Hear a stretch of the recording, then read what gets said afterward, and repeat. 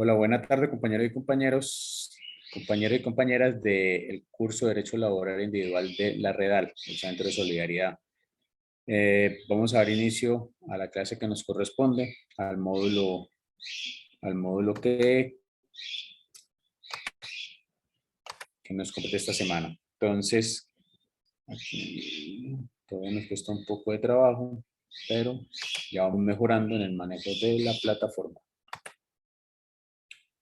Voy a hacer un pequeño recuento del foro de participación y de la actividad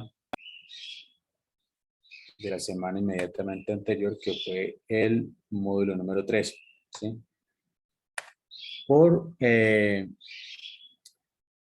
una razón sencilla, yo vi muchos compañeros confundidos en algunos términos y es muy importante. Perdón, ¿me están escuchando? Sí, señor. Sí, Ok, señor. bueno, muchas gracias. Bueno, Sí, señor.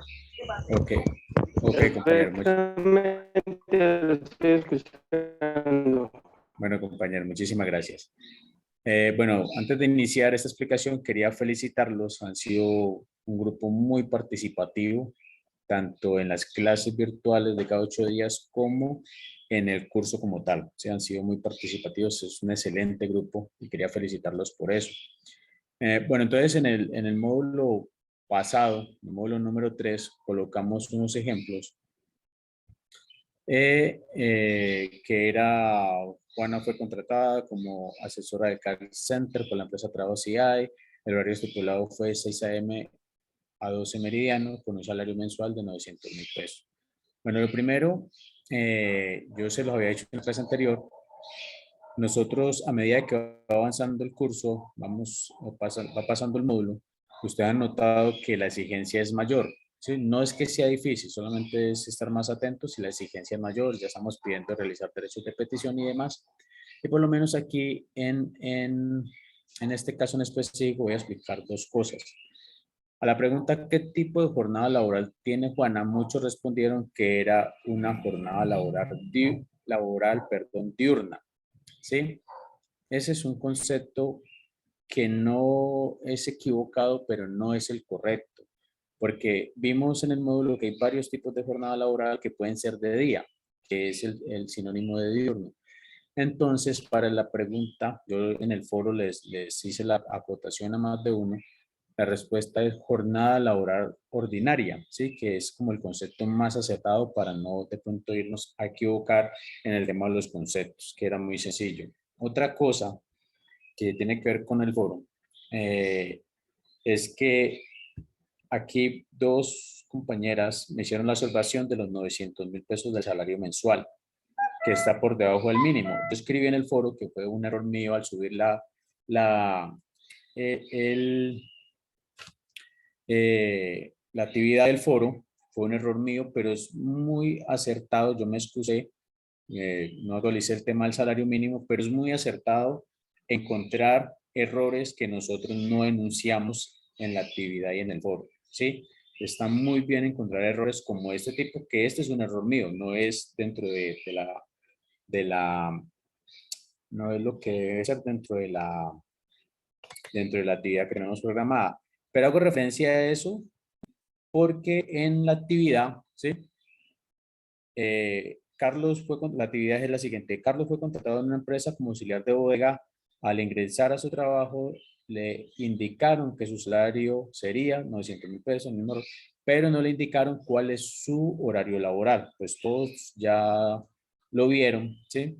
Entonces, bueno, las respuestas, hay algunos también confundidos con el tema de la jornada laboral, que está claro en el material que les dimos, que cuando no se pacta una jornada laboral, es la máxima legal permitida, ¿sí? Que en este caso es una jornada laboral máxima. Pero más allá de eso, muchos contestaron muy bien y un solo compañero, eso no quiere decir que sea malo, ¿no? Sino que nos estamos educando y estamos tratando de que aprendamos de esto. Entonces, aquí sí había una trampa y por eso colocaba el ejemplo de lo que las dos niñas me acotaron en la primera pregunta del foro. Entonces, muchos hicieron el derecho de petición, muchos plantearon el derecho de petición cobrando las horas extras. Entonces, una parte, ¿sí? Se planteábamos, por aquí la estoy buscando, se las voy a leer, que solo un compañero me colocó en el derecho de petición el tema de regular la jornada laboral de Carlos, que es el del caso específico, ¿sí? Que es muy importante, ¿sí? Bueno, aquí en la C decía, en el caso de que Carlos tenga derecho al pago de las horas extras, realice la acción requerida para solicitar el pago. Muchos hicieron bien la liquidación de las horas extras, hicieron ejemplos calculando con los horarios que se dieron, y es muy importante eso, por lo menos para un derecho de petición. Cuando yo fui estudiante de la Real, colocaba mis apellidos, un compañero me dijo que faltaba más datos. La idea es que ustedes vayan colocando esos datos, muchas veces no es necesario colocar el nombre de la empresa, pero sí al menos llenar los formatos, ¿ya? Entonces en esta no se anuncian las acciones que hay que hacer, sino que se pide que haga la reclamación como tal. Muchos dijeron, bueno, el derecho de petición, y un solo compañero me habló de la jornada, que tenía una jornada excesiva, por fuera de la ley, por fuera de las horas extralegales que puede tener un trabajador, y que había que solicitarle al empleador que se le arreglara a Carlos ese horario de trabajo, ¿sí? Y eso está pues en la idea de la plataforma de la Real del curso, de que ustedes, aparte de los ejemplos que nosotros les coloquemos, analicen el ejemplo y coloquen alguna cosa que nosotros no les enunciemos, sino y que sea necesario hacerlo. Ya quería hacer claridad sobre eso para que ustedes vayan identificando y aprendamos, ¿sí? Porque de eso se trata. A muchos nos pasó, cuando yo hice el curso hace varios años, a muchos nos pasó, y más adelante van a ver que algunos están también así, digamos, los incompletos, entre comillas, porque no es que querramos que estén completos, sino que es para que ustedes vayan agilizando un poco la mente, ¿ya? Entonces aquí dice que pues en la caja de herramientas hay un formato de querella para colocarla ante el Ministerio de Trabajo, ¿ya? Yo soy muy partidario, ese es como el procedimiento, pero yo soy muy partidario, al ejemplo que me colocó el compañero, no me acuerdo el nombre, de decirle al empleador, vea, organice mi horario laboral, mi jornada, porque está excedida en la ley, tanto en la jornada normal, la máxima legal permitida para el caso de Carlos, como las horas extras, ¿ya? Entonces quería hacer acotación a eso para que aprendamos sobre el tema. Bueno, entonces ahorita sí vamos a pasar a la presentación de esta semana. Si alguien tiene alguna pregunta sobre lo que acabo de aclarar, con todo el gusto del mundo. No, profe, una preguntita. Es Sí. que mirando los módulos míos, no me aparece la actividad del 3 calificada. Bueno, yo terminé de calificar ayer unas a las 10 de la noche y vi que unas personas subieron. De pronto, si la subió antes, de pronto vi que me quedaron faltando como 3, ¿sí?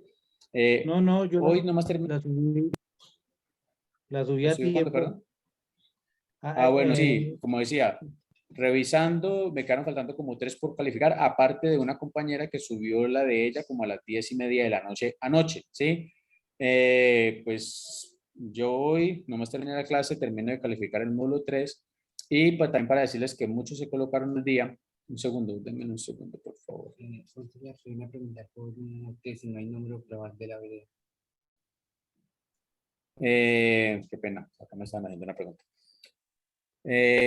Muchos se colocaron al día, califiqué muchos del módulo 1 que colocaron al día, del módulo 2 y muchos del módulo 3. Sí, entonces hoy terminé de calificar, a veces me demoro un poco más, un poco menos, eso depende de mi conexión a internet, bueno, de varios factores, pero la idea es colocarnos al día lo más rápido posible. Y en el tema del foro, hay compañeros que piden más agilidad, pero ¿por qué no se hace más rápido como tal?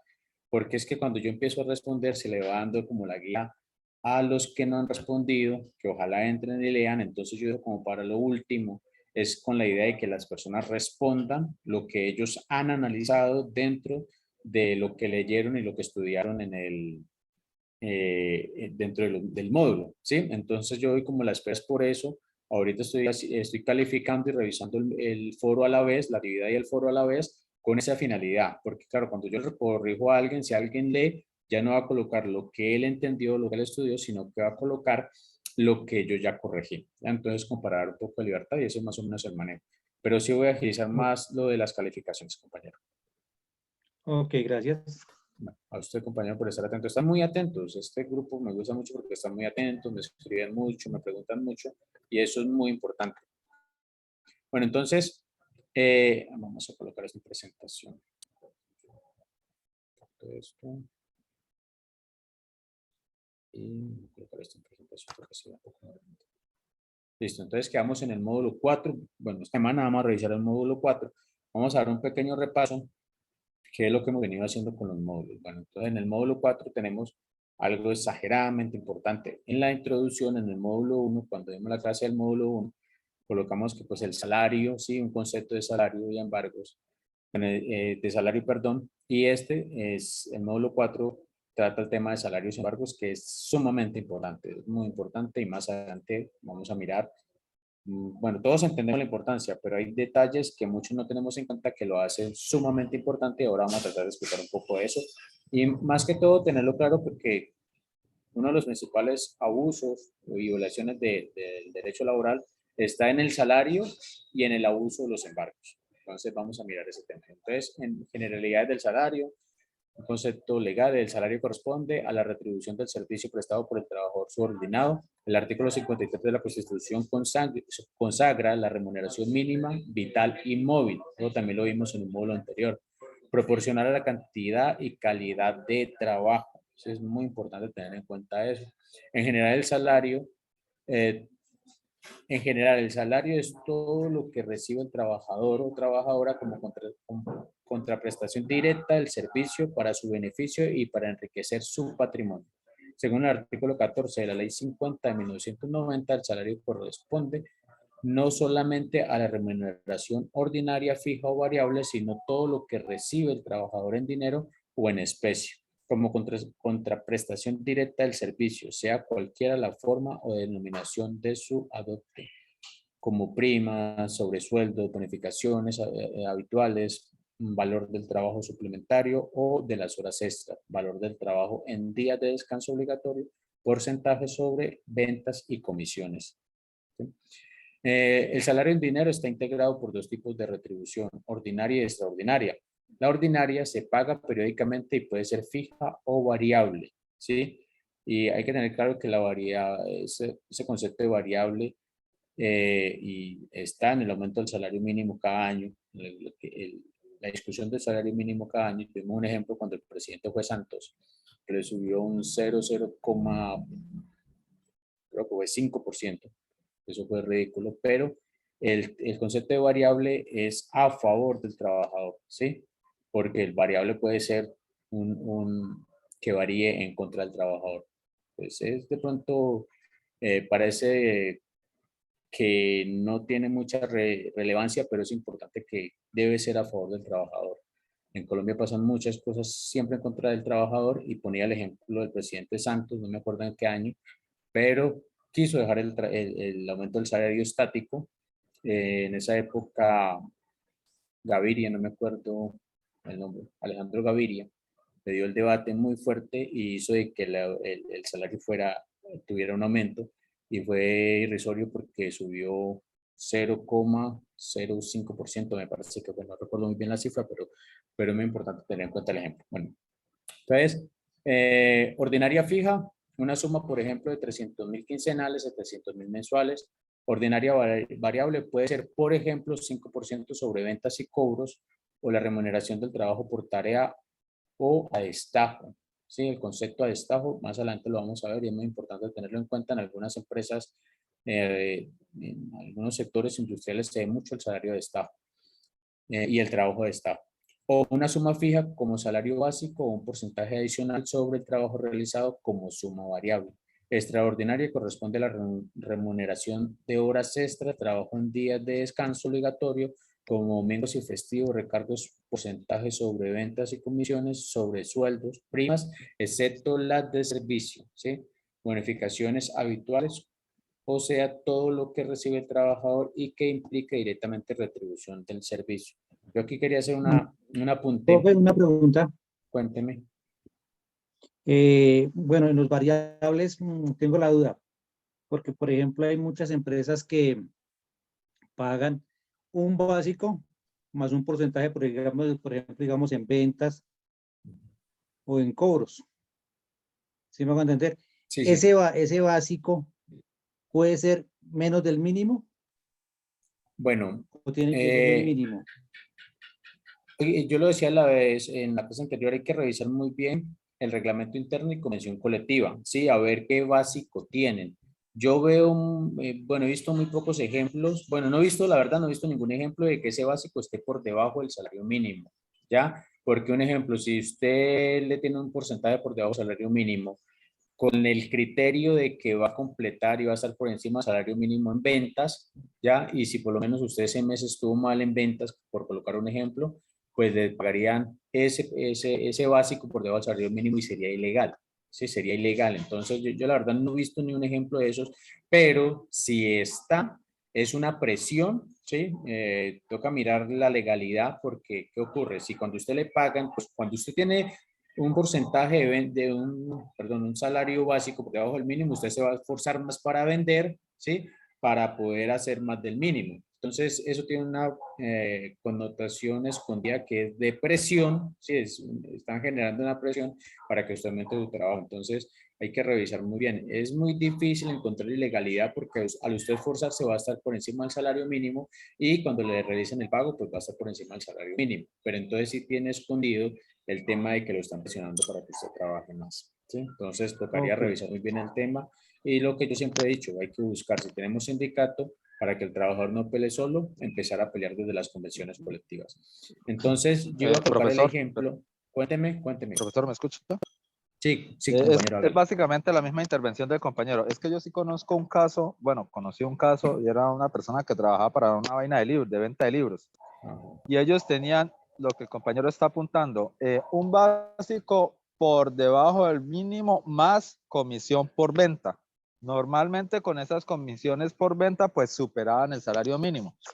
Pero cuando el trabajador no lograba superar el salario mínimo, la empresa lo que hacía era cancelarle el mínimo y de la comisión del siguiente mes, si lo volvía a superar, le descontaba lo que ya le había adelantado, por decirlo así. Pero entonces Sí. sí queda esa inquietud, ¿es o no es legal esa parte? Porque realmente, digamos que el salario base estaría por debajo del... Pero mire, compañero, usted está colocando un ejemplo clarísimo y buenísimo, porque ellos saben que hay ilegalidad si le pagan al trabajador solamente el salario base que está por debajo del mínimo. Pero como saben que, que el salario no puede estar por debajo del mínimo, lo que hacen ellos es completarlo. Entonces, yo legalmente podría decir que no hay legalidad porque están completando el salario mínimo. Lo que hay es una mala fe.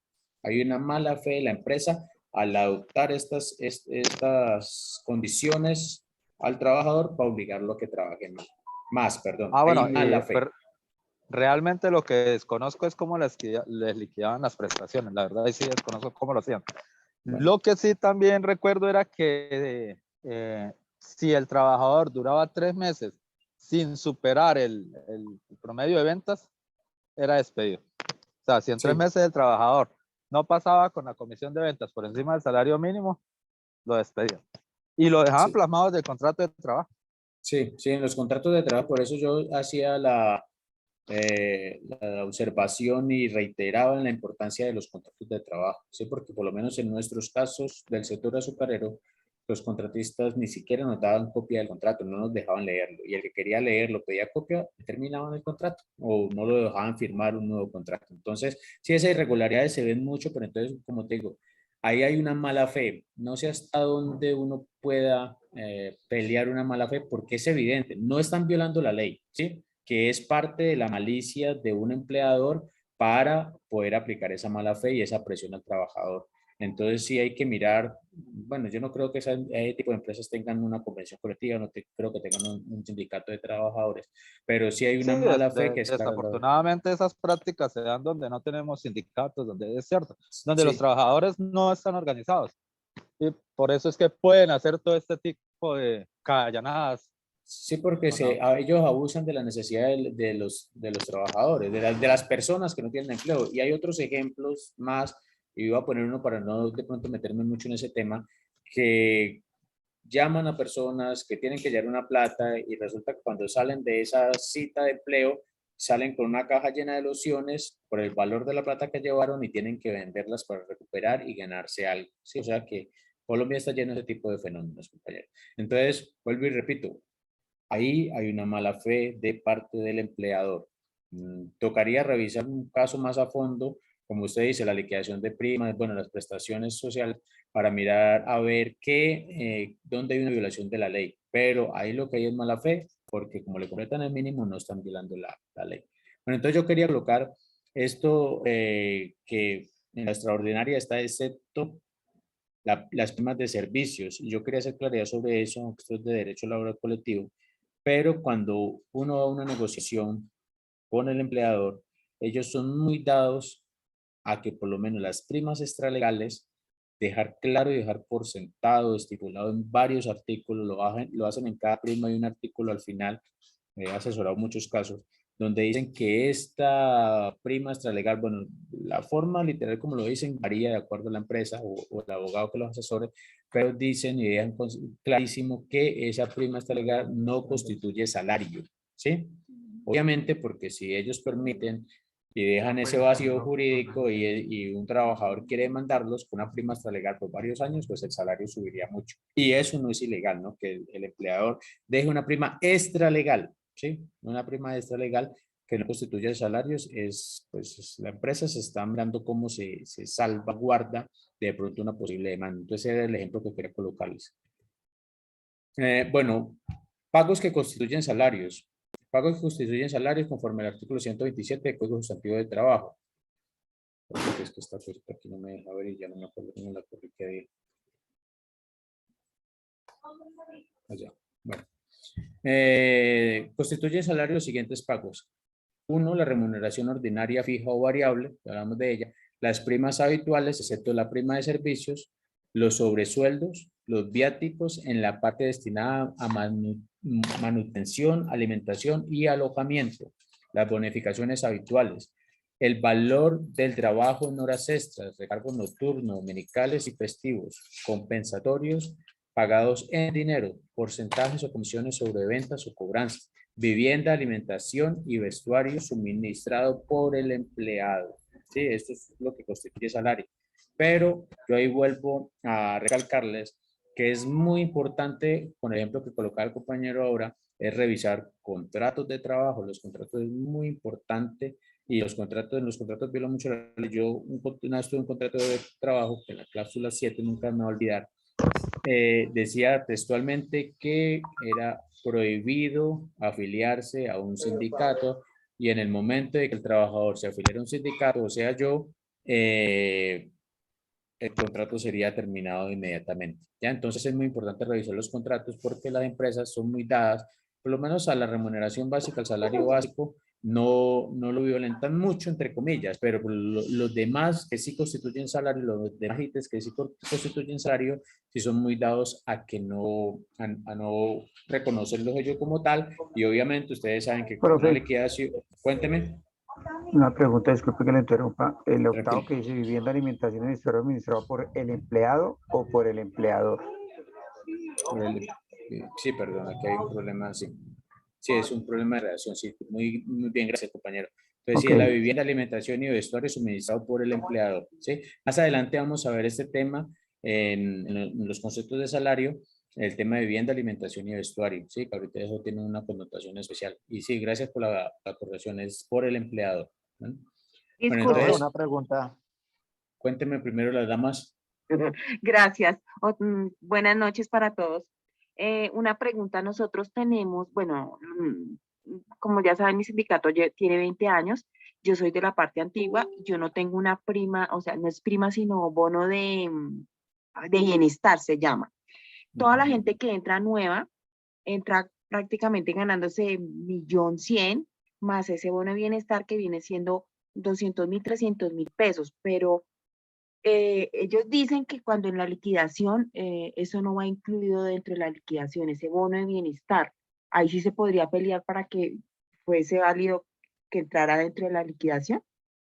Si esos tipos de bonos están considerados por la ley que constituyen salario, y si constituyen salario, eh, deben entrar en la liquidación, ¿sí? Pero entonces ahí hay que revisar es el contrato de trabajo, ¿sí? A ver, o la convención colectiva o el reglamento interno, a ver si ahí desvinculado, perdón, de que aparezca como salario, que sea tenido en cuenta como salario, ¿ya? Porque sí,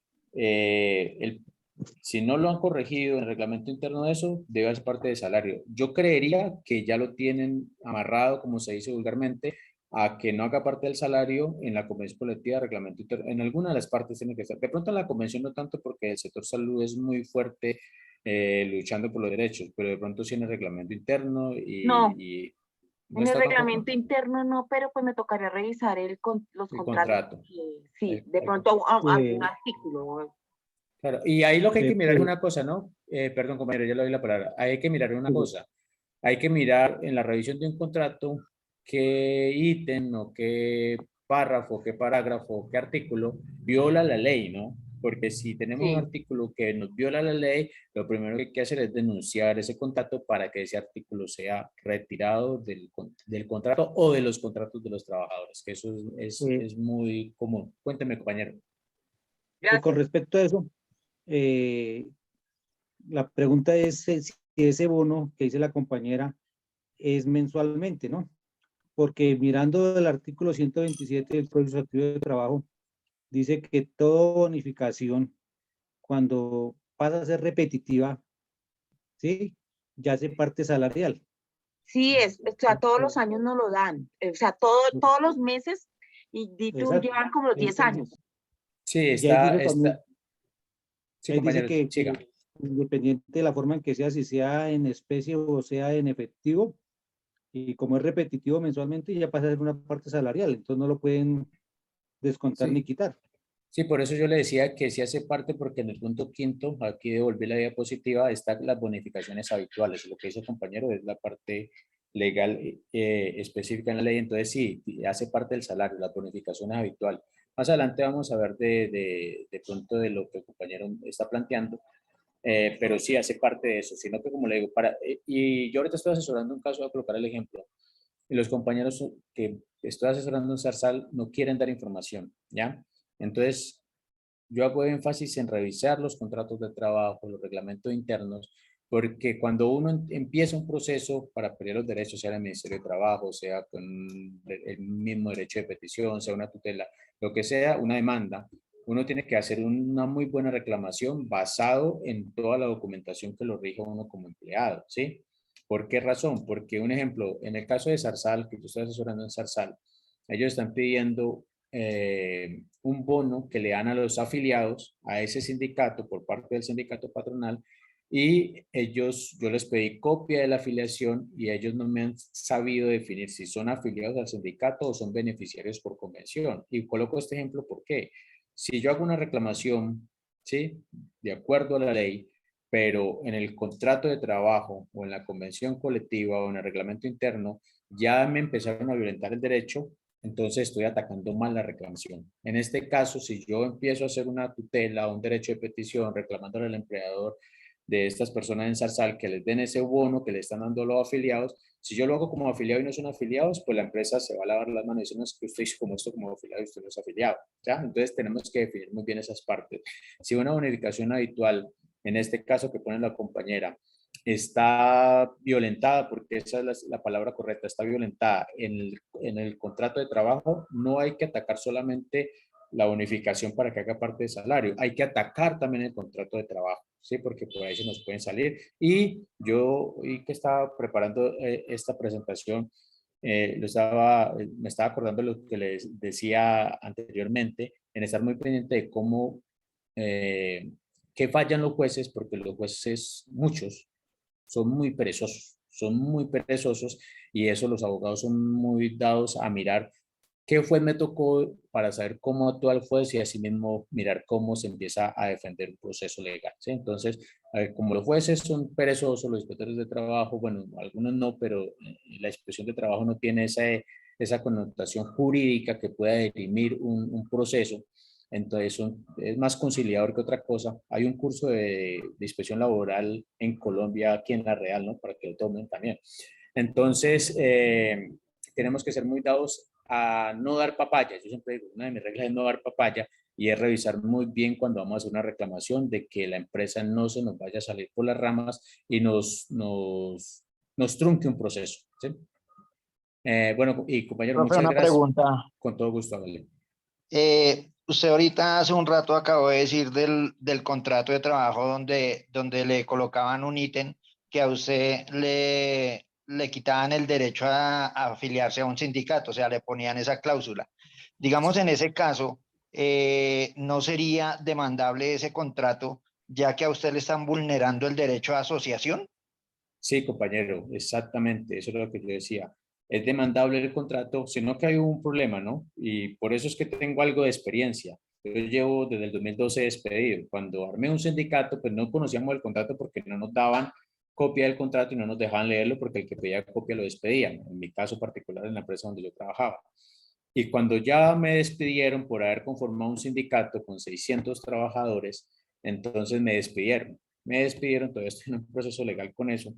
Y ahí solicité copia del contrato, de ahí me dieron y ahí fue donde me di cuenta. ¿Verdad? Entonces, obviamente, dentro de todo el proceso de 10 años está incluido demandar el contrato justamente por esa parte. Pero si alguno de ustedes o algún trabajador, ya sabemos que si tiene el contrato y lo leemos y vemos que hay violación de un derecho, es demandable el contrato, ¿sí? Para que quiten ese ítem. Otra pregunta con respecto a lo que se está hablando. Qué pena interrumpirlo tanto, profe. Tranquilo, tranquilo. Eh, Yo pertenezco a un sindicato en Bogotá que se llama ASOExpress. Este sindicato es del sistema de transporte integrado de Bogotá, Sí. más conocido como el SIT. A nosotros, a todos los trabajadores del sistema integrado de transporte de Bogotá, nos pagan un salario básico más una bonificación. Esta bonificación es operativa. Pero es una bonificación que se paga mensual. O sea, a grandes rasgos debería ser parte integral del salario, o sea, debería ser parte del salario. Pero resulta que ellos tienen muchos, por decirlo así, muchos micos para no pagar este salario, esta bonificación como salario. Y esa bonificación se recibe mensual. Y ha sido la lucha, digamos, de los sindicatos a nivel del sistema, pelear esa bonificación como sueldo integral, sino que es que esa bonificación es muy tocada por las empresas porque es operativa. Si usted no opera o tiene alguna incapacidad, entonces se la descuentan, se la quitan porcentualmente. Entonces, eso es una lucha grandísima cuando hay una bonificación de ese tipo y no está dentro del salario. Es muy difícil de que las empresas lo vuelvan parte integral del salario. Bueno, compañero, gracias por el ejemplo. Esa lucha hay que darlas. Y yo le iba a hacer una recomendación sobre eso, pues en Bogotá hay muchas organizaciones que apoyan ese tema y la lucha hay que darlas, así nos demoremos años, así perdamos, y yo explicaba un poco en una clase anterior sobre eso. Pero entonces ahí yo hago una recomendación sobre eso, porque usted se plantea el tema de que una persona se incapacita y no, como no trabaja, ¿sí? Entonces no tiene la bonificación, para resumirle un poco lo que usted planteó. Y lo que hay que en esa No, pelea pero, es, ¿perdón? disculpe, profe, es que en el contrato dice que es base salarial, pero ahí habla de unas cosas específicas en las cuales le puede quitar se descuenta la bonificación dentro de un debido proceso. Y aparte de eso, dicen que el empleador, en documento aparte, explica la manera como debe descontar esa bonificación. Son en Sí. unos criterios, pero dentro del contrato laboral no dice nunca que le pueden a uno descontar ni de la incapacidad, ni por ANR, ni por EPS. Bueno, pero Eso sí entonces, dice ahí. bueno, listo. Eso está muy bien que tengan muy claro ese tema y que lo hayan estudiado muy bien. Lo que yo quería plantear sobre eso es que esos puntos específicos que usted ya leyó, que ustedes ya leyeron, sean la excepción y no la regla, ¿sí? Que no sea la excusa para que eso no haga parte del salario. Y me hago entender, es Eso debe ser parte del salario, sí o sí. Ah, si un compañero se enfermó, se incapacitó, lo que sea, lo que haga parte de las sesiones y se la quitan a él, no sea la regla para todos. ¿Sí me entiende? Que esos ítems que ya están dentro de el reglamento que manejen, bueno, donde sea que esté escrito, para quitarles esa bonificación, para que esa bonificación no sea parte del salario, no sea sumado al salario por una liquidación, sea la excepción y no la regla, ¿sí? Porque ellos, como dice usted, tienen cantidad de micros, tienen cantidad de excusas, y ellos se acogen a esas excusas para que no haga parte. Entonces, es tener muy en cuenta ese tipo de cosas. Usted ya se nota que han revisado muy bien el caso y la lucha hay que seguirla dando. Pues uno sabe si va a ganar. Carlos Guarnizo, muchos lo conocen de parte de la Real, me dijo cuando en el 2012 yo no tenía ni idea de nada de esto y yo le dije, Carlos, ¿podemos ganar o no podemos ganar? Porque yo tenía 150 despedidos a la espalda. Entonces me dijo, lo más probable es que pierda, pero la lucha hay que darla, la lucha hay que darla y la lucha hay que darla. Y llevo 10 años en la lucha, entonces las luchas hay que darlas. Así se pierdan, pero dejamos constancia y dejamos un camino nuevo para las futuras generaciones y mejoras para las futuras generaciones. Bueno, compañeros, vamos en esta nota importante y saben, ustedes no tienen ningún inconveniente en interrumpir, porque de eso se trata, ¿no? Entre más participen, para mí mucho mejor. Bueno, nota importante, el auxilio de transporte no constituye salario. Sin embargo, para efectos de liquidación de prestaciones sociales se debe incluir en la base de liquidación. ¿Sí? Bueno, pagos que no constituyen salario. ¿Sí? En el artículo 128 del Código Sustantivo del Trabajo establece que no constituyen salario. Las sumas que ocasionalmente y por mera liberalidad recibe el trabajador del empleador como primas, bonificaciones o gratificaciones ocasionales. ¿Sí? Que sea muy de vez en cuando. Ustedes tienen el concepto claro. Ahorita pusieron varios ejemplos sobre eso.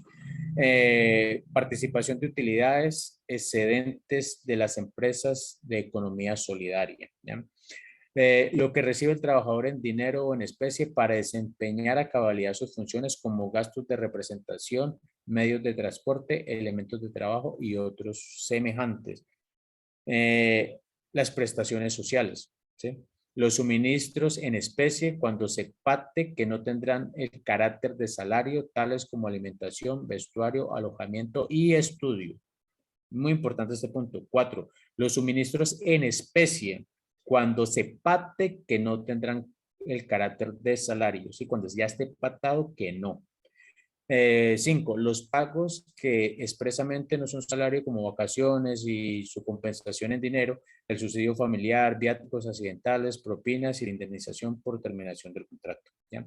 Y sexto, los beneficios, auxilios habituales u ocasionales acordados convencional, contractualmente u otorgados en forma extralegal por el empleador, tales como la alimentación, la habitación o el vestuario, las primas extralegales, las vacaciones y de Navidad. Lo que yo les planteaba ahorita de las convenciones colectivas, que los empleadores, los empresarios son muy dados a que quede este punto 6 clarísimo para las firmas legales, vacaciones y de Navidad. Yo he tenido convenciones que los empleadores hasta 3, 4 partes colocan esto para que quede muy claro y pues la verdad es legal, no, yo no planteo mucho inconveniente sobre eso cuando asesoro con negociaciones colectivas. Bueno, una nota importante sobre esto. El artículo 15 de la Ley 50 de 1990 estableció que las partes pueden disponer expresamente que no constituyen salario en dinero o en especie los beneficios, auxilios habituales u ocasionales acordados convencional o contractualmente o otorgados en forma extralegal por el empleador, tales como la alimentación, la habitación, el vestuario y las primas extralegales de vacaciones y de Navidad. Hay que recordar muy bien esto, ¿sí? Pero recuerden, es pactado. Tiene que ser pactado en algunos de los casos, ya por lo menos en las primas extralegales, sí es, eso ya es clarísimo que no hace parte del salario. Bueno, modalidades de salario. Es muy importante que veamos esto porque yo sé que ocurre en muchas partes. Salario en especie. La legislación colombiana permite pactar el salario de la siguiente manera: parte en dinero y parte en especie. En este caso, el empleador suministra al trabajador o a su familia en parte de pago, vivienda, educación, alimentación, vestido, entre otros. ¿Sí? Recuerden, vestido que no sea dotación. El salario en especie solo puede ser parcial y su equivalente monetario no puede exceder el 50% del salario. Atención, si el trabajador devenga el salario mínimo legal, el salario en especie no puede superar el 30% del mismo. Siempre debe valorarse expresamente en el contrato de trabajo. Y no me acuerdo si está en el foro o en la actividad, habla, el ejemplo, el ejercicio que coloca, habla del salario en especie y en el material está que si el empleador excede el salario en especie, tiene que devolver ese valor en dinero al trabajador. ¿Sí? De pronto más adelante lo vemos, pero está dentro del material de consulta. Bueno, por unidad de tiempo. Es el que pactan las partes teniendo en cuenta el tiempo. Se denomina jornal cuando la remuneración se pacta por días. Eso se da mucho en el campo, en las zonas campesinas. Se denomina sueldo cuando el salario que se pacta por periodos mayores de un día. En estos casos se entiende que en el pago correspondiente están comprendidos los dominicales y festivos que se encuentran en dicho periodo. ¿Ya? Bueno, a destajo, unidad de obra. ¿Sí? En el sector industrial se da mucho trabajo a destajo. Este tipo de salario se realiza sobre la base de la unidad de producción. En ese caso se pacta un pago por cada pieza que fabrique o procese el trabajador. Salario integral. Muy importante que tengamos esto porque yo he visto muchos ejemplos de salario integrales que los manejan como salario integral, pero legalmente no deben ser salario integral y le voy a explicar por qué. Aquí está muy claro. Cuando el trabajador devenga un salario ordinario que supera los 10 salarios mínimos mensuales legales vigentes, es válido que entre el trabajador o trabajadora y el empleador se estipule por escrito que el pago se realice bajo las condiciones de un salario mínimo integral. El valor del salario integral incluye salario ordinario, el pago de todas las prestaciones sociales, recargos por trabajo nocturno, horas extras dominicales y festivos, pagos en especies, subsidios e intereses. Yo vi un ejemplo sobre esto que una secretaria con un salario mínimo llegó a un acuerdo con su empleador para que le hicieran el salario integral, ¿sí? Con un salario mínimo. Pues es un acuerdo entre la secretaria y el empleador. No es muy cómodo y hay que mirar de pronto los métodos legales, pero la ley es clara en esto, que si está por debajo de los 10 salarios mínimos no puede constituir un salario integral. Bueno, el salario integral no incluye los siguientes conceptos. Estos pagos deben ser cancelados por el empleador. Las vacaciones, los aportes a seguridad social, porcentaje estipulado por la ley, los aportes para fiscales, la indemnización por despido injustificado, sanción moratoria por no pagar el salario al terminar el contrato de trabajo. En ningún caso el valor del salario integral puede ser inferior a 10 salarios mínimos legales mensuales. Adicionalmente, el empleador debe pagar el 30% adicional por concepto de pago correspondiente al factor prestacional. Lo anterior quiere decir que en total el trabajador o trabajadora debe recibir el equivalente a 13 salarios mínimos mensuales legales vigentes.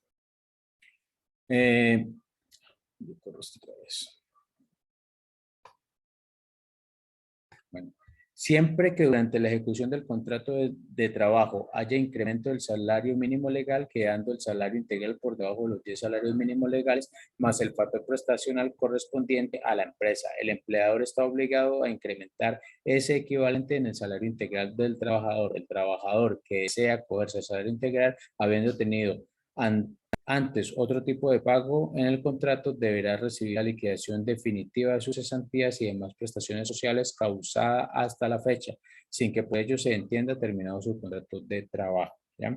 Es como el procedimiento legal para cambiar la modalidad de pago. El monto del salario integral que acuerdan libremente y por escrito el empleador y el trabajador será la base para liquidar indemnizaciones por despidos injustos y remunerar las vacaciones, porcentajes de algunos pagos que deben hacer el empleador cuando se pasa salario integral. En cuanto a los aportes del SENA, el ICBF y las cajas de compensación familiar de los trabajadores con salario integral, estos deberán hacerse sobre el 70%. Para cotizar al sistema de seguridad social integral, pensión, salud y ARL, se toma como base el 70% del salario integral, siempre que este porcentaje no sea superior a los 25 salarios mínimos legales mensuales. Hay que tener en cuenta que el factor, excepto para retención en la fuente, en materia de salario integral es del 25%. Pues de pronto, cuando uno lee el concepto por encima de los 10 salarios mínimos, yo sé que no nos explica, pero es muy importante tenerlo claro porque, vuelvo y repito, hay muchos trabajadores, he visto muchos casos que tienen un salario integral cuando tienen ni siquiera 2 salarios mínimos, ¿no? Entonces, el salario mínimo es la remuneración mínima que debe recibir una persona que elabora la jornada máxima legal, ¿sí? Que recuerden es de 8 horas diarias o 48 horas a la semana. El valor del salario mínimo es definido anualmente por la Comisión de Concertación de Políticas Públicas Laborales y Salariales de Empleo, conformada por las centrales sindicales, gobiernos y empresarios. No siempre hay acuerdo, en ese caso lo establece el Gobierno Nacional por decreto. Ya todos conocemos el procedimiento. El salario mínimo también puede fijarse en pacto, convención colectiva o un fallo arbitral, ¿sí? Entonces, un poco de derecho laboral colectivo. El salario mínimo legal constituye automáticamente cualquier salario inferior que se haya estipulado. Esto quiere decir que nadie puede vengar un salario inferior al mínimo legal mientras labore la jornada completa, 8 horas diarias, y una vez fijado, el nuevo salario debe procederse al respectivo ajuste. Y aquí voy a aclarar una cosa, ¿sí? Dice, mientras, bueno, que nadie puede vengar un salario inferior al mínimo legal mientras labore la jornada completa de 8 horas diarias, porque en uno de los ejemplos de la actividad del foro, la niña del ejemplo trabajaba 6 horas. Eso no quiere decir que esto tenga bueno, alguna controversia con lo que dice aquí, que trabajen mínimo las 8 horas, ¿no? Sino que recuerden que cuando se pacta, ¿sí? Entre el trabajador y el empleador, una jornada laboral de menos de 8 horas, ¿sí? Es esa jornada patada la que rige, ¿ya? No quiere decir que esté violando la ley. Bueno, quienes laboren jornadas por debajo de la máxima legal permitida y vengan el salario mínimo legal o convencional. Este regirá en proporción al número de horas efectivamente trabajadas. Bueno, embargos, importantísimo los embargos y descuentos. Bueno, el salario es embargable, una pregunta bastante acuciosa. El salario Profe, mínimo legal, tranquilo compañero, hágale. qué pena una pregunta. Lo que usted me estaba hablando ahorita, que el pacto, el salario mínimo se pacta anualmente, ¿sí me hago entender? Por los sindicatos y el gobierno. Nosotros tenemos una convención colectiva y por lo regular siempre se hace cada 3 años, ¿sí? Siempre pactan el salario, por ejemplo, digámoslo así, para este año se pacta un salario del aumento que hizo el gobierno de 10.7%. Para el siguiente año, eso queda en la convención colectiva, se pacta que para el próximo año el aumento será del 0.5%. Y para el siguiente año, perdón, estoy diciendo mentiras. Se pactó que este año el aumento fuera del 10.7%, sí, que para el siguiente fuera el IPC. Y para el siguiente año, o sea, para el tercer año, sea del IPC más 0.5%. ¿Qué tan legal es eso de que pactemos el aumento para los 3 años siguientes? Si el gobierno lo hace anualmente, nosotros, ¿por qué lo hacemos cada 3 años? ¿Es legal? Es legal porque está en la convención y lo único que lo podría hacer ilegal es que ese aumento que se haga los deje a ustedes con un salario mínimo, perdón, si el acuerdo que ustedes hacen puede ser legal siempre y cuando le hagan el aumento ustedes queden por debajo del salario mínimo del gobierno, ¿sí me entienden? De resto es completamente legal y lo manejan mucho. Inclusive yo estuve averiguando desde cuándo cambió la modalidad, porque en muchas convenciones colectivas, bueno, ya se está perdiendo, está el aumento del salario mínimo. Sí, perdón, están convenciones colectivas que será el aumento del salario mínimo para el año respectivamente siguiente, más medio punto, más un punto que usted lo plantea. Y ahora es común que sea el IPC, ¿ya? Esas variables, hay un año que favorece el IPC, hay un año que favorece el salario mínimo. Nosotros en convenciones colectivas hemos tratado de que sea lo más beneficioso para el trabajador. Nunca nos lo han aceptado, ¿sí? Porque entonces hay una variable de que si el salario mínimo es más alto que el IPC, entonces el aumento lo hacemos con salario mínimo y no lo han aceptado. Pero entonces a su pregunta, es muy legal siempre y cuando el aumento al salario que le hagan en su salario con ese aumento no quede por debajo del salario mínimo. ¿Sí? No sé si fui Porque claro. bueno, ¿por qué la pregunta? Porque si uno se pone a hacer cuentas, yo he estado mirando, por ejemplo, los aumentos del gobierno y el aumento del IPC de los últimos años, siempre, por ejemplo, en este caso de este año, el aumento del gobierno fue el 10.7 y el IPC fue el 5.6. Estamos hablando de que fueron 5 puntos por debajo. Entonces, si lo hacemos así, al término de los 3 años, el salario de nosotros quedaría por debajo, porque el IPC siempre está por debajo del aumento del gobierno. ¿Sí me hago entender? Sí, Entonces, por eso yo le hice claridad sobre eso, porque a mí me ocurrió, yo dejé una convención en un ingenio en Pichichí, la dejamos a 5 años por conveniencia, ¿sí? Por conveniencia del sindicato, los trabajadores, un ingenio muy pequeño, y se planteó el PC, ya, porque no podíamos cambiar el salario mínimo, no teníamos la fuerza suficiente. Y cuando yo vi el aumento del salario de 10 puntos del gobierno en ese periodo que usted plantea, pues obviamente yo no, pues los trabajadores deben estar pensando que nos vendimos, que somos lo peor del mundo, pero entonces el salario mínimo no es tan variable. Yo no sé cuánto le sea el porcentaje y la estadística de que quede por encima del IPC, que no es mucho, no lo recuerdo en este momento, pero a excepción de esos 10 puntos, ¿ya? Pero entonces lo que ustedes tienen que revisar, ¿sí? Porque ahí sí lo hace ilegal. Es que si lo que usted está planteando, si cuando en el último momento de salario de la convención de usted a 3 años, el salario de ustedes convencional, porque lo tienen convencional, con el aumento que le hacen convencional, queda por debajo del salario mínimo de ese mismo año, eso lo hace ilegal y tocaría buscar la forma para que eso se corrija, ¿ya? Porque eso lo hace ilegal. Si ningún trabajador, y eso está claro en todas partes, puede o digamos que debe ganarse menos del salario mínimo legal del gobierno, ¿ya? Entonces hay que buscar la forma para eso. eso también me genera otra pregunta, otra inquietud. Sí. El aumento salarial que establece el gobierno anualmente es solo para el mínimo. La pregunta mía es, ¿eso no cubriría a los que ganan menos de 2 salarios mínimos? No, de eso, si gana un ejemplo, el aumento del salario mínimo influye para todos, ¿ya? Así usted gane 2, 3 mínimos porque se sumaría los 2 o 3 mínimos de las personas que ganen, ¿ya? Pero ahí lo que define es lo que usted está planteando, la convención, Bueno, porque la se mayoría lo de voy a, trabajadores, sí, se lo voy a poner. Nosotros tenemos un sueldo básico de 1.300.000, más sí. un bono operativo de 1.236.000 pesos. Estamos hablando de que es 1.536.000 pesos.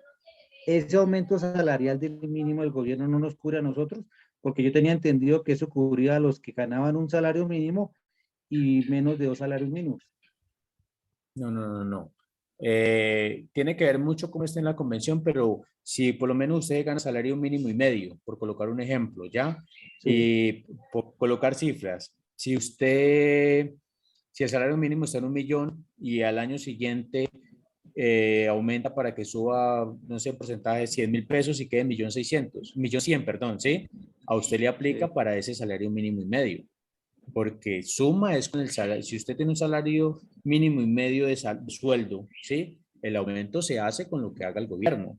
Ya, a no ser que usted tenga lo que hablábamos del IPC, pero a usted le aplica el aumento del salario mínimo, le aplica a las personas que se ganan 1 o 2 salarios mínimos legales mensuales vigentes, porque eso es lo que indica el aumento. ¿Ya? Si usted se gana 10 Usted me, salarios mínimos, ¿no?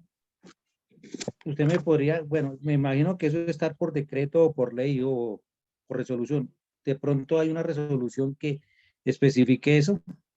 No sé claramente si esté, pero es otra tarea. Ya por lo menos la compañera la semana pasada me dio una tarea y ya la estoy leyendo y voy a leer esa, pero eso sí es claro que rige el aumento de los salarios mínimos, a no ser que en la convención colectiva haya otra cosa, ¿sí me entiende? Pero si el salario mínimo, un ejemplo, vuelvo y repito, si el aumento del salario mínimo es 100.000 pesos y usted gana 200, 2 salarios mínimos, pues va a entrar a ganarse 2.200.000, por colocar un ejemplo, ¿ya? Pero sí lo voy a buscar, yo voy a buscar y voy a tratar por la próxima clase de tener eso y resuelto ya definido lo que la compañera me preguntó la semana pasada del sector salud. ¿Sí? Entonces tengo ya esa Profe, cosa para si de pronto, pues por mi horario de trabajo no le pudo pues en la reunión, pues si lo llega a conseguir, nos podría hacer el favor y nos lo envía al WhatsApp del grupo, Sí, cosa que lo agradecería. voy a ponerme en esa tarea y sí, me voy a colocar la información. Y cualquier otra duda que tenga, la buscamos y aprendemos, porque lo que yo les decía, ¿no?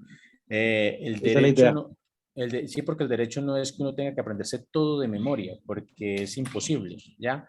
Hay cosas que es muy fácil entenderlas y aprendérselas, pero otras que no. Entonces, lo que más hace la plataforma La Real es que la gente aprenda a investigar, aprenda a buscar y aprenda a organizar derechos de petición, sí, que conozcan el procedimiento, ¿ya? Y cosas básicas. Bueno, Profe, una entonces, pregunta. cuénteme. Ok, profe, gracias. Bueno, Una pregunta. Se está hablando de lo del pacto, la convención colectiva o pacto colectivo. Estos pactos colectivos o convenciones no son firmadas por los empleados que no pertenecen a los sindicatos, porque yo tengo entendido que, digamos, en sí un sindicato pasa es un pliego de peticiones.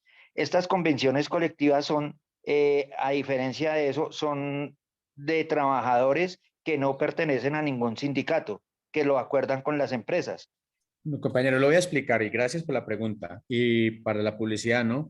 La Real tiene un curso de Derecho Laboral Colectivo, ¿sí? Si de pronto nos ponemos de acuerdo, hacemos un grupito y le solicitamos a la Real tomar el curso y yo podría dárselos o cualquier otro compañero de la Real, ¿sí? Pero entonces, para la claridad, mire, cuando el sindicato se forma o ya lleva años, ellos presentan un pliego de peticiones. Cuando recién se forma, presentan un pliego de peticiones, ¿ya? Y cuando ya lleva tiempo formado, es cuando se les vence la convención colectiva. O sea que el procedimiento, ¿cuál es? Se presenta un pliego de peticiones y se negocia. Ojalá, porque pues en mi caso yo no pude negociar porque la empresa no le dio la gana y bueno, es otra historia.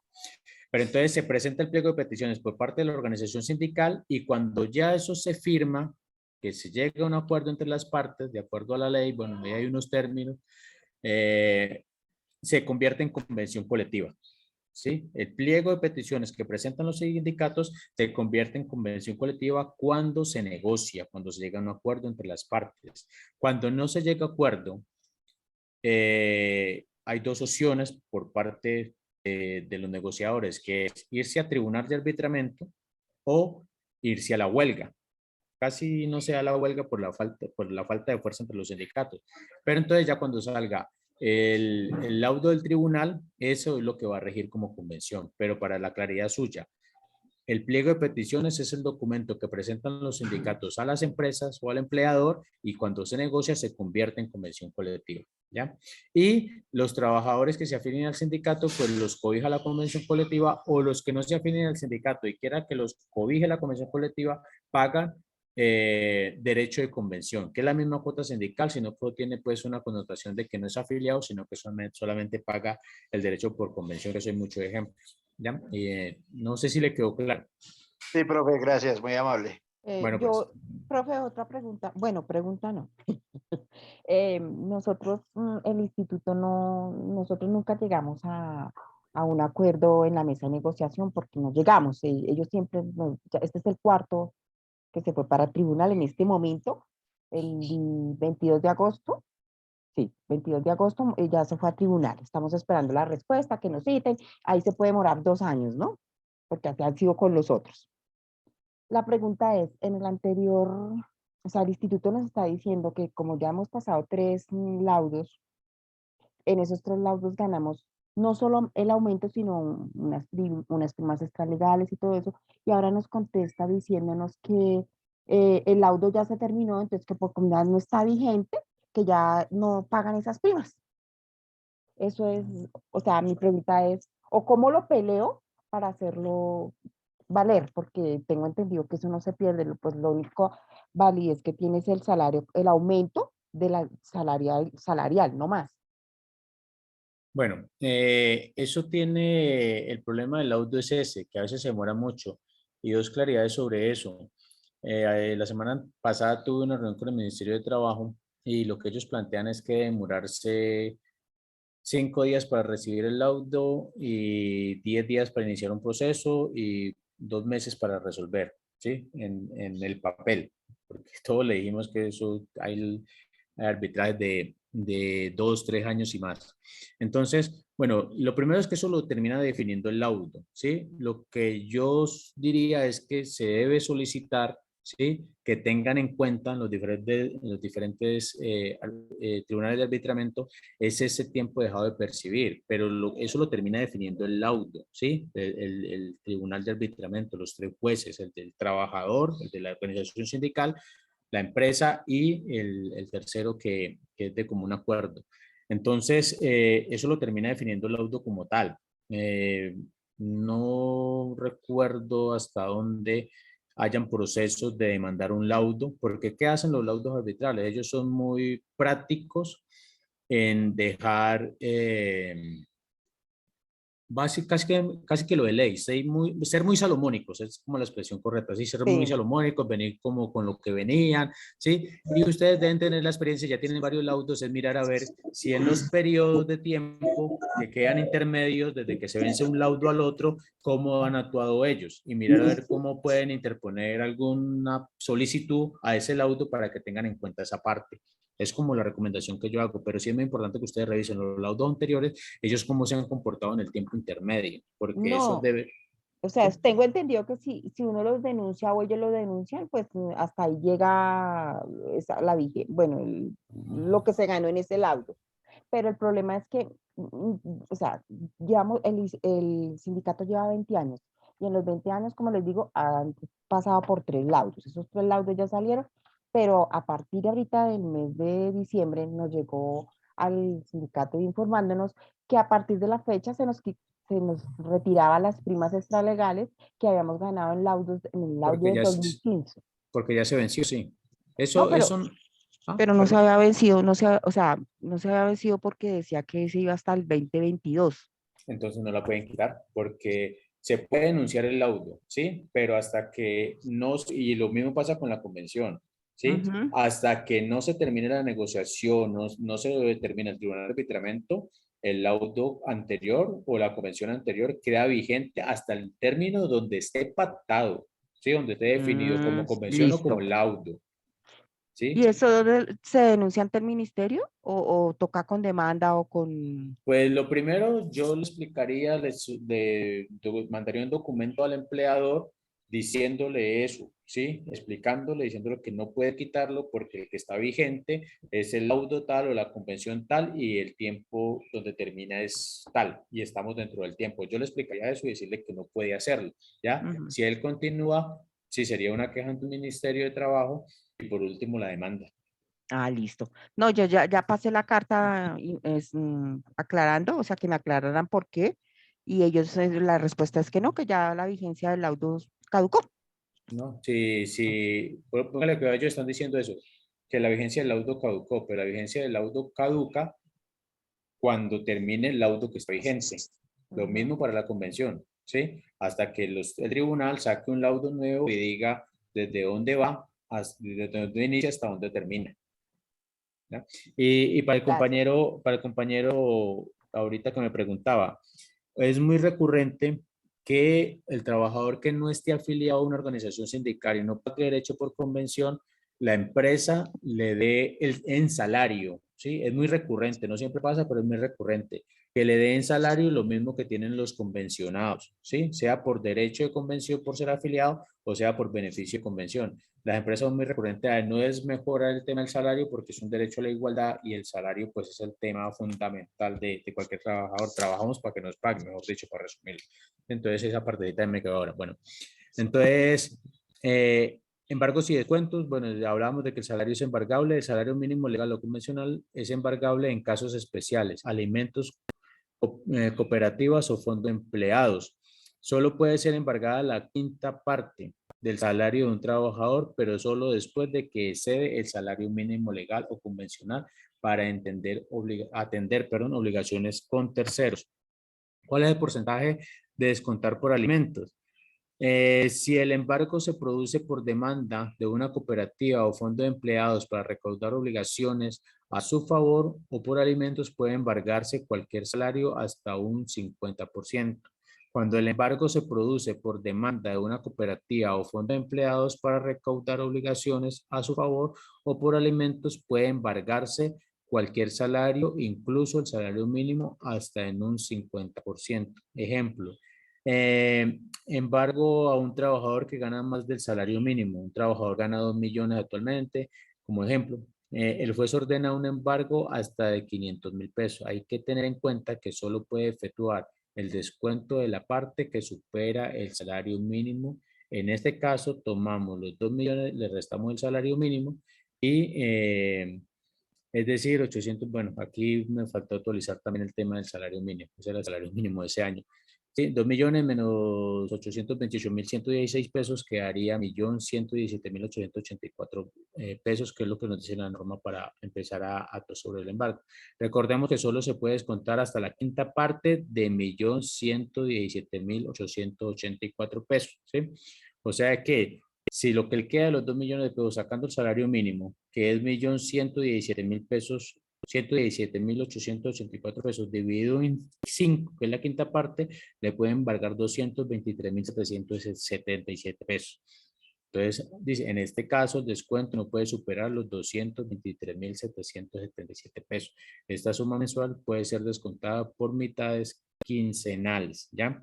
Es muy importante tener claro el tema de los embargos, porque las empresas son muy abusivas cuando prestan plata y en muchos sectores se da que venden cosas, ¿sí? Electrodomésticos, comida, ropa, y les cuentan a usted hasta todo de un solo traquetazo, como decimos loñeros. Bueno, ¿qué se requiere para hacer retenciones, deducciones y compensaciones? Para que a un trabajador le puedan realizar descuentos por nómina, dependiendo del caso, debe existir autorización escrita del trabajador, orden judicial, es decir, que luego de un proceso civil el juez ordene que hagan el descuento. Son los requisitos, ¿sí? Son los requisitos para que puedan realizar los descuentos. ¿Cuándo no puede hacer retenciones, deducciones y compensaciones? Descuento por concepto de arrendamiento de locales, herramientas o útiles de trabajo. Descuento por deudas del trabajador con el empleador, socios de la empresa o parientes de algún miembro de la empresa. Indemnizaciones por daños ocasionales o locales.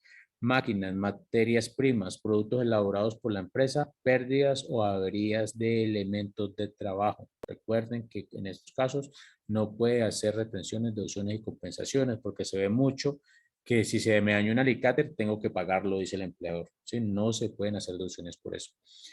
Nota, para que un trabajador le puedan realizar descuento por nómina, dependiendo del caso, debe existir autorización escrita del trabajador, orden judicial, es decir, que luego de un proceso civil, el juez ordene que se hagan el descuento.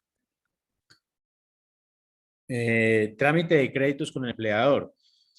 Empleador y trabajador podrán acordar por escrito el otorgamiento de préstamos, anticipos, deducciones, retenciones o compensaciones del salario, señalando la cuota, objeto de deducción o compensación y el plazo para el pago gradual de la deuda. Cuando pese a existir un acuerdo, el empleador modifique las condiciones pactadas, el trabajador o trabajadora podrá acudir ante el inspector de trabajo a efecto de que exija su cumplimiento o que de lo contrario le impongan las debidas sanciones. Créditos por libranza. Los trabajadores vinculados a través de contrato de trabajo a término fijo o indefinido por obra o labor o contratada por prestación de servicios asociada a una cooperativa o precooperativa o fondos de empleados podrá adquirir créditos de cualquier naturaleza. El pago de estas obligaciones financieras pueden ser descontados del salario, honorarios, siempre que el trabajador o trabajadora autorice el descuento y el empleador se comprometa a girarlo a la entidad que realizó el préstamo. Esta modalidad recibe el nombre de crédito por libranza, ¿sí? Entonces, ¿cuáles son las obligaciones del empleador cuando realiza descuentos? Obligaciones del empleador. Qué pena, profesor. Cuénteme. Qué pena. Me Tranquilo. queda una duda. Sí, cuénteme. Cuando hay una orden judicial por un descuento, estamos hablando de dos figuras de salario. Por ejemplo, estamos hablando del salario mínimo legal vigente y el salario mínimo vital. ¿Sí me hago entender? Sí. El juez se basaría en el salario mínimo legal o en el salario mínimo vital. Bueno, el vital, cuando yo he entendido el vital significa, por ejemplo, el salario mínimo en ese momento es de 1.000.000, ¿sí? Más subsidio de transporte. Pero mi vital es de 1.500.000, digámoslo así, porque es que yo tengo gastos, por ejemplo, arriendo, alimentación, estudio, ¿sí me hago entender? Sí, sí. Entonces mi mínimo vital es de 1.500.000, ¿Sí me hago entender? Y yo me Sí, sí. gano 1.500.000 y el mínimo vital mío es de 1.500.000. ¿El juez se basaría en el vital mío o en el vital, o en el mínimo mensual legal vigente? No, para descuentos en el mínimo, ¿sí? Porque el vital Ok. es muy difícil deducirlo, por lo que usted mismo dice, el concepto de salario mínimo vital depende, yo ponía el ejemplo que día cuando hablábamos de eso, dos trabajadores en iguales características, en iguales actividades, pueden tener dos salarios mínimos, dos salarios vitales, perdón, diferentes, ¿ya? Porque ahí incluye lo que necesito para vivir, a quién depende económicamente de mí, hijos, esposas, etcétera, si mi hijo está en primaria o está en secundaria, ¿sí? El concepto de salario mínimo vital es garantizarle a las personas lo mínimo para vivir dignamente. Y obviamente, si nos ponemos a hacer cuentas por lógica, el salario mínimo legal está por debajo de cualquier salario mínimo, de cualquier salario vital, ¿sí? Entonces, como el salario vital es tan variable, puede variar tanto, el juez debe acogerse al salario mínimo del trabajador. Ok, gracias. Bueno. Bueno, obligaciones del empleador en caso de descuento, realizar el descuento y el pago correspondiente al crédito del trabajador o trabajadora en los tiempos establecidos. El empleador debe efectuar el pago del crédito máximo. El empleador debe efectuar el pago del crédito máximo 3 días hábiles después de la fecha de pago de la nómina. El empleador debe asegurarse de que la entidad que presta el dinero está registrada y habilitada para hacerlo. Si el empleador incumple con el pago de la entidad que realiza el crédito, debe hacerse responsable solidariamente. En caso de que el empleador no realice el debido descuento al trabajador, debe hacerse responsable de los valores dejados de descontar. El empleador debe reportar las novedades que puedan afectar sus descuentos, ejemplo, retiros, incapacidades, inasistencia o vacaciones, obligaciones del empleador. Afectación al mínimo vital. Afectación al salario mínimo legal, ¿sí? En el primer ejemplo, decimos que hay una afectación al salario mínimo legal cuando la suma de los descuentos supera el 50% de netos recibidos. Sin embargo, es importante tener en cuenta que hay casos en los que a pesar de que los descuentos son inferiores al 50%, se puede afectar el mínimo vital, ¿sí? Lo que el compañero decía ahorita, pero en mi concepto personal, utilizando la lógica, yo vuelvo y planteo. El salario mínimo en Colombia no corresponde a un salario vital, ¿sí? Al salario mínimo vital. Uno podría decir que una persona que viva sola, que tenga casa propia, que tenga negocios, de pronto, ¿sí? Pero sabemos que las condiciones son complicadas. Bueno, afectación al salario mínimo vital. Cuénteme, dígame. Ahorita en una parte donde se decía que digamos que el empleador no tiene derecho a descontarle el sueldo por herramientas o por este tipo de cosas. Digamos en el sistema vuelvo y digo, vuelvo a insistir en eso, en el sistema de transporte de Bogotá, la herramienta de uno, digamos de la herramienta de los operadores o conductores, como se llaman, es el carro. Sí.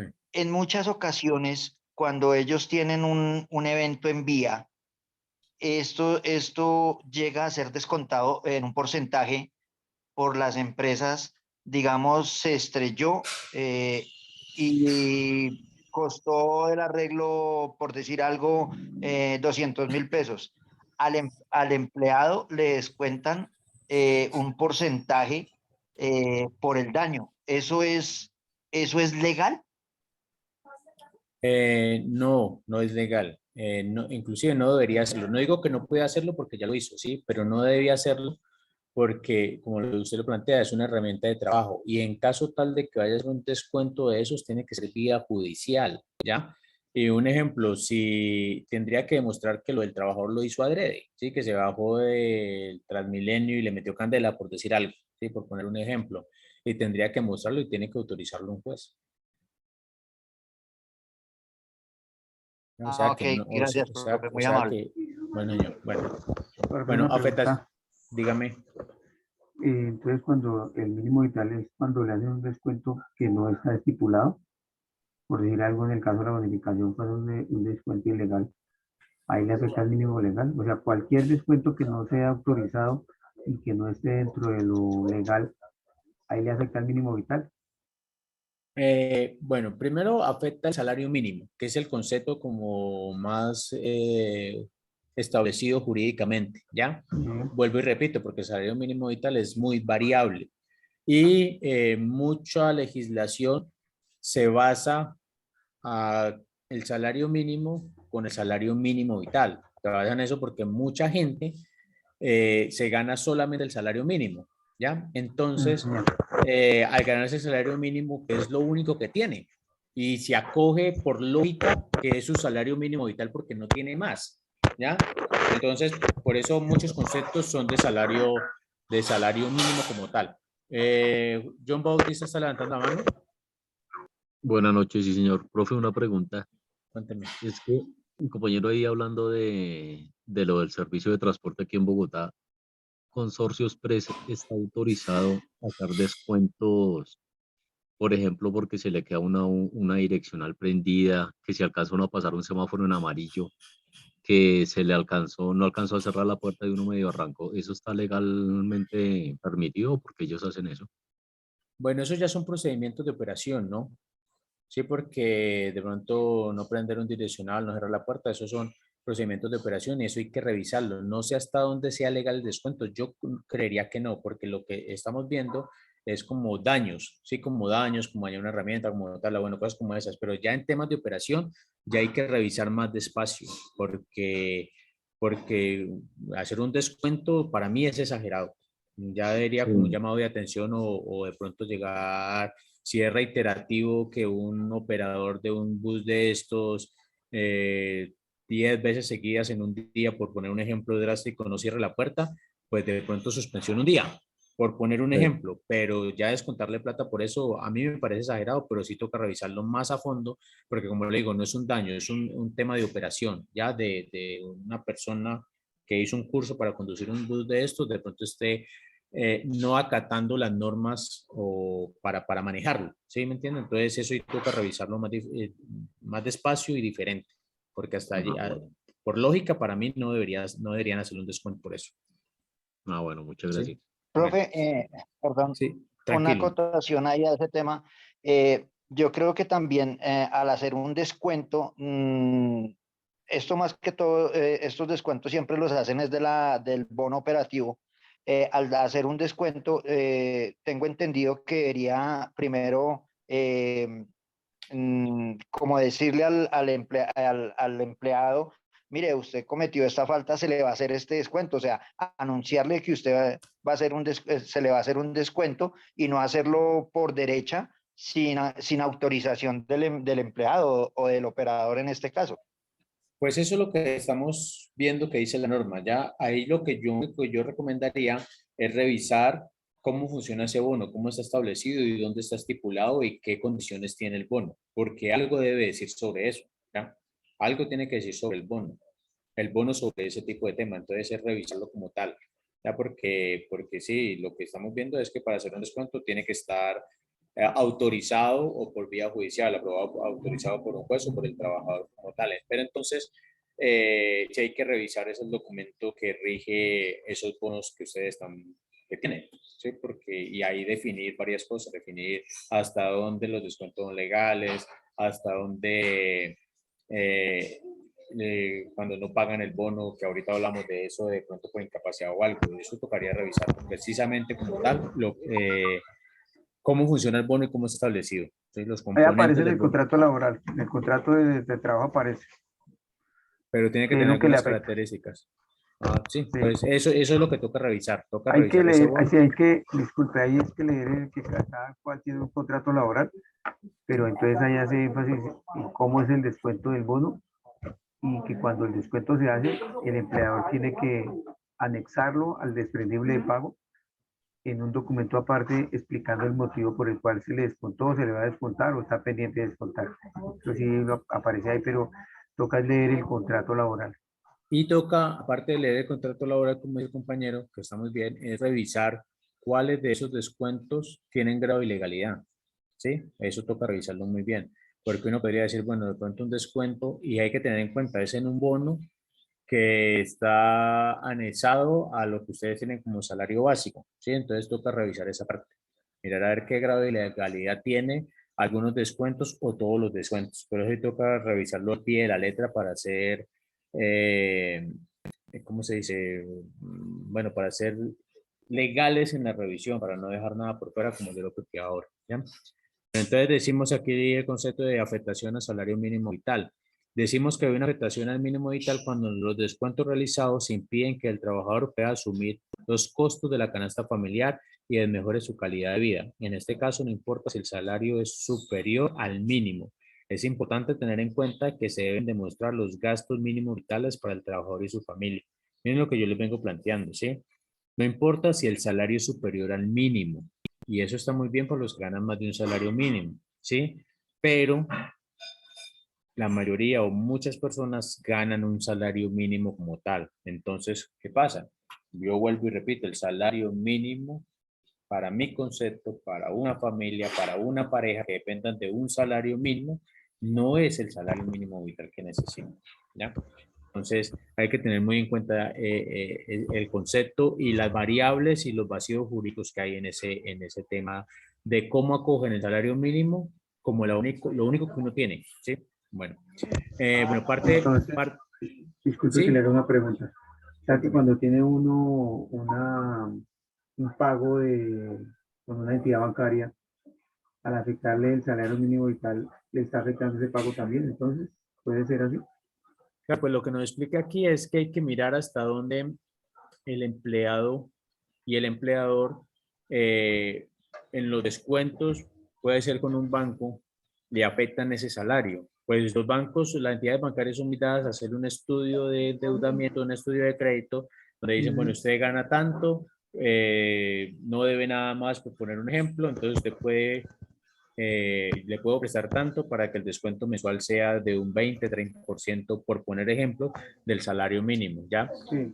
Hay entidades que no cumplen esta normatividad y yo he visto muchos casos de que una persona se gane, por ejemplo, 1.000.000 y le estén embarcando 600-700.000 pesos, ¿ya? Eso es ilegal, ¿sí? Porque le está afectando cómo trabaja. Y aquí lo que decía ahora, el ejemplo de más arriba, que no me acuerdo textualmente, pero un ejemplo, las obligaciones del empleador. Si el empleador no realiza el descuento, dice la norma. Si el empleador no le realiza el descuento, el empleador debe asumir el pago. Lo dice más arriba. Aquí, obligaciones del empleador dice, en caso de que el empleador no realice el debido descuento al trabajador, debe hacerse responsable de los valores dejados de descontar. ¿Sí? Entonces, hay que tener muy en cuenta eso y yo vuelvo a lo mismo. Lo que pasa es que yo vivo en una zona rural de Florida, que es un pueblo lejos de Bogotá, que hay mayacito del último rinconcito del mundo. Y por acá es muy barato vivir, ¿sí?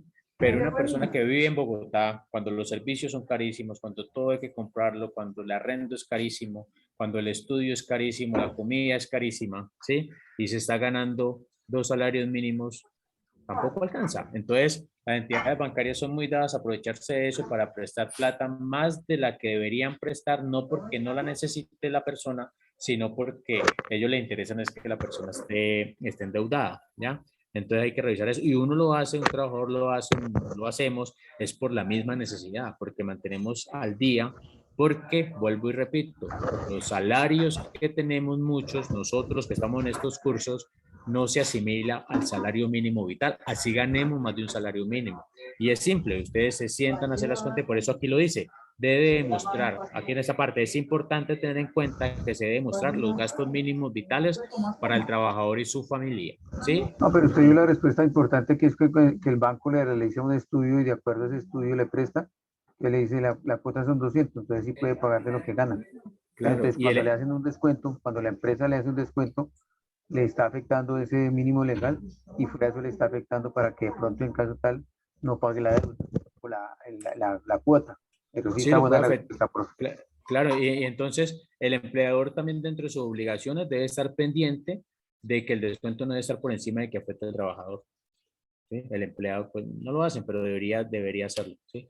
Bueno, entonces parte embargable del salario, que es como lo que el compañero está planteando. El salario mínimo legal no es embargable. ¿Sí? Solo es embargable la quinta parte del salario que supera el mínimo legal. Sin embargo, si hay una orden judicial que autorice el embargo a un trabajador que gana el salario mínimo, el descuento nunca puede superar el 50%. ¿Sí? Una orden judicial. ¿Sí? Un ejemplo, si le debe al banco, como pone el ejemplo del compañero, el banco debe acudir a un juez, ¿sí? Para que defina cuánto es lo embargable y no puede superar el 50%, ¿ya? Pero debe determinarlo un juez cuando el trabajador se gana el salario mínimo como tal. Bueno, compañeros y compañeras, hasta ahí el módulo 4, la preparación, las diapositivas y la clase que les organicé para el módulo 4. Les recomiendo tener en cuenta para los foros y las actividades, los formatos, realizar los formatos. Yo soy muy dado a no calificar por debajo de 7, porque la idea no es que la gente pierda el curso, ¿sí? Que la gente lo realice y que la gente aprenda, ¿sí? Ya más una calificación baja es como presionarlo. Mire, yo le puedo colocar un ejemplo.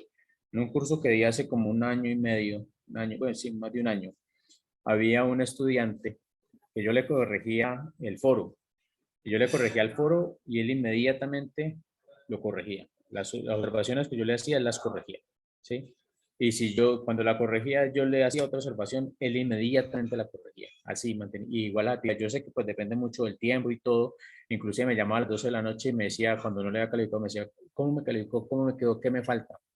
Y sí, era muy acucioso. No es que todos hagan eso, ¿no? Pero sí la idea es que cuando le corrige, hay una compañera que va muy bien, en la actividad se equivocó mucho, yo le coloqué, por favor, lea, y le subí toda la respuesta y le resuelta la actividad y el foro, ¿sí? Porque no es solamente que no corrija, si yo leo, yo nunca se me va a olvidar cómo es el procedimiento para una actividad que colocamos. Entonces, tener en cuenta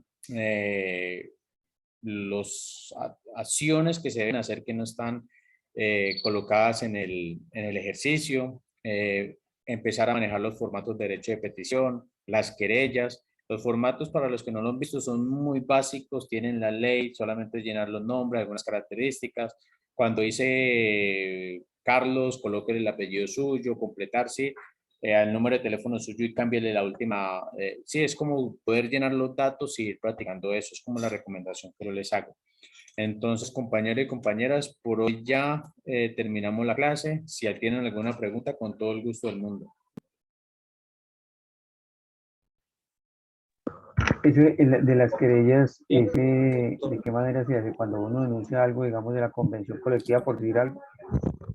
Bueno, la querella, sí, una querella es ante el Ministerio de Trabajo. Buena la pregunta, ¿sí? La querella es ante el Ministerio de Trabajo. Puede ser por violación a la convención colectiva, por negarse a negociar, ¿sí? Y las acciones ante el Ministerio de Trabajo son querellas, ¿sí? Las diferentes acciones ante el Ministerio de Trabajo. Entonces, cuando ustedes vean en los ejemplos, ahí, cuando ustedes lean el formato de la querella, van a mirar que el ejemplo que se puso con las violaciones que se pusieron concuerda a una querella, ¿sí? Y también, por lo menos, ya cuando un derecho de petición, pues ya es más al empleador como tal, ¿sí? Págueme las horas extras, ¿sí? Lo que, por lo menos de este módulo que estamos viendo, lo que yo dije al inicio de la clase. La querella, perdón, el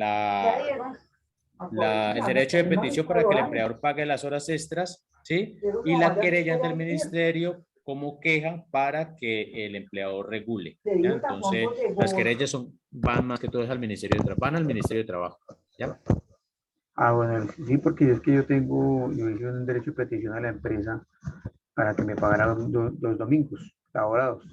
Sí. La empresa no me contestó cómo era, entonces yo le pasé eso al juzgado, el juzgado respondió y me dio 3 días para impugnarla, y la impugné, y estoy esperando la decisión que tome el juzgado, porque yo le hacía aclaración del reglamento interno de trabajo y de mi contrato laboral. Entonces estoy esperando eso, pero también la envié al Ministerio de Trabajo. Entonces ahí toca es esperar el procesamiento, o ya no hay querella ahí. Bueno, el procedimiento normal, en este caso hay que revisar si se podría hacer, ¿ya? Pero entonces, ¿cuál es el procedimiento normal? El procedimiento normal es el derecho de petición, querella ante el ministerio casi que a la par, cuando corresponde pues una conducta. Espérate, yo apago un micrófono, ¿quién será? Compañeros, ¿qué es esto? Bueno,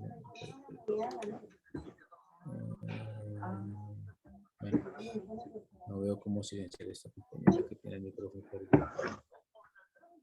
Bueno, el procedimiento normal es derecho de petición y querella casi a la par, ¿sí? El derecho de petición para que el empleador le pague lo que le adeuda, como casi siempre van horas extras, o en el caso suyo el domingo. Y la querella ante el ministerio es solicitando que el empleador corrija esa conducta que no es correcta, ¿ya? Casi que esas dos van a la par. Ya después de eso, si no contestan el derecho de petición o lo contestan de una forma que no me satisfaga mis derechos, va la tutela y último la demanda, ¿sí? Es como el procedimiento normal. Pero la querella usted la puede colocar porque así el empleador le pague. Sí, si el empleador le paga, no elimina una conducta, lo que hace es pagarle, pero si la conducta es en contra de la ley, se puede colocar la querella en cualquier momento. Compañera, hay una compañera que tiene el micrófono prendido, no veo cuál es. No veo cómo apagar el micrófono de la compañera. Saludaron a la tía. Bueno, entonces se puede colocar la querella siempre y cuando la conducta continúe. Él le puede pagar, el empleador le puede pagar, pero si a los 8 días vuelve y tiene un inconveniente, puede colocar la querella, ¿sí? Para que el empleador corrija esa conducta, que es como la función del Ministerio de Trabajo. ¿Ya? Listo, profe, muy amable, muchas gracias. Dios lo bendiga. Bueno, compañero y compañera, entonces muchas gracias por la atención. Muy bacano el grupo, como les digo, y estamos atentos a lo que necesitan. Yo ya me pongo pilas a terminar de calificar el módulo 3 y iniciar el cuarto. Y ahorita se va a poner más buena la cosa, como se dice por acá en el Valle del Cauca. Van a participar más en realizar querellas, en realizar derechos de petición, y como yo les digo, no les dé miedo. No les dé miedo a hacerla. Yo no califico que le quede bien, por ejemplo, ¿sí? Yo califico que la hicieron, que trataron de llenarla.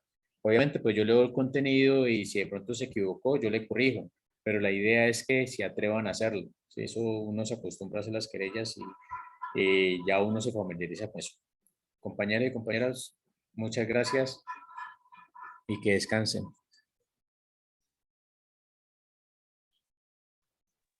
Muchas gracias, profe, muy amable. Muchas gracias, hasta mañana. Hasta mañana, se cuidan. Muchas gracias. Buenas noches para todos. Buenas noches.